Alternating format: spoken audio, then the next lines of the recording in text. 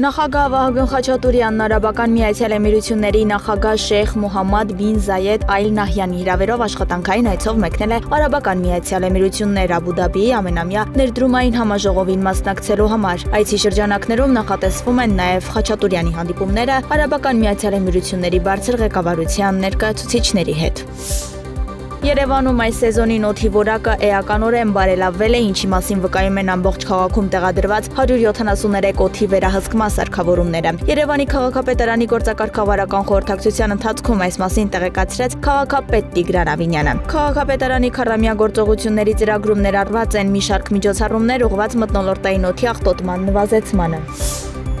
Ամերիկայի Միացյալ Նահանգների բոլոր 50 նահանգներում ավելի քան 1400 բողոքի ցույց է անցկացվել նախագահ Դոնալդ Թրամփի եւ նրա գործընկեր միլիարդատեր Իլոն Մասկի քաղաքականության դեմ։ Ընդհանուր առմամբ ձեռքերը թեռու կարգախոսով ցույցերին մասնակցել է մոտ 600,000 մարդ, հայտնում է CNN-ը։ Դա ամենամեծ համազգային ակցիան է Թրամփի Սպիտակ տան վերադարձից հետո։ Ըստ Associated Press-ի եւ Reuters-ի ցույցերը կազմակերպել են 150 տարբեր հասարակական խմբեր, հանրահավաքներից առաջ կազմակերպիչները Թրամփին ներկայացրել են 3 հիմնական պահանջ վերջ տալ միլիարդատերների կողմից իշխանության զավթմանը, դադարեցնել սոցիալական ծրագրերի եւ Մեդիսեյդի դաշնային ֆինանսավորման կրճատումներն ու փոքրամասնությունների վրա հարձակումները։ Հանրահավաքների մասնակիցները դեմ են արտահայտվել նաեւ տասնյակ հազարավոր պետական աշխատողների կրճատումներին եւ դաշնային գերատեսչությունների փակմանը։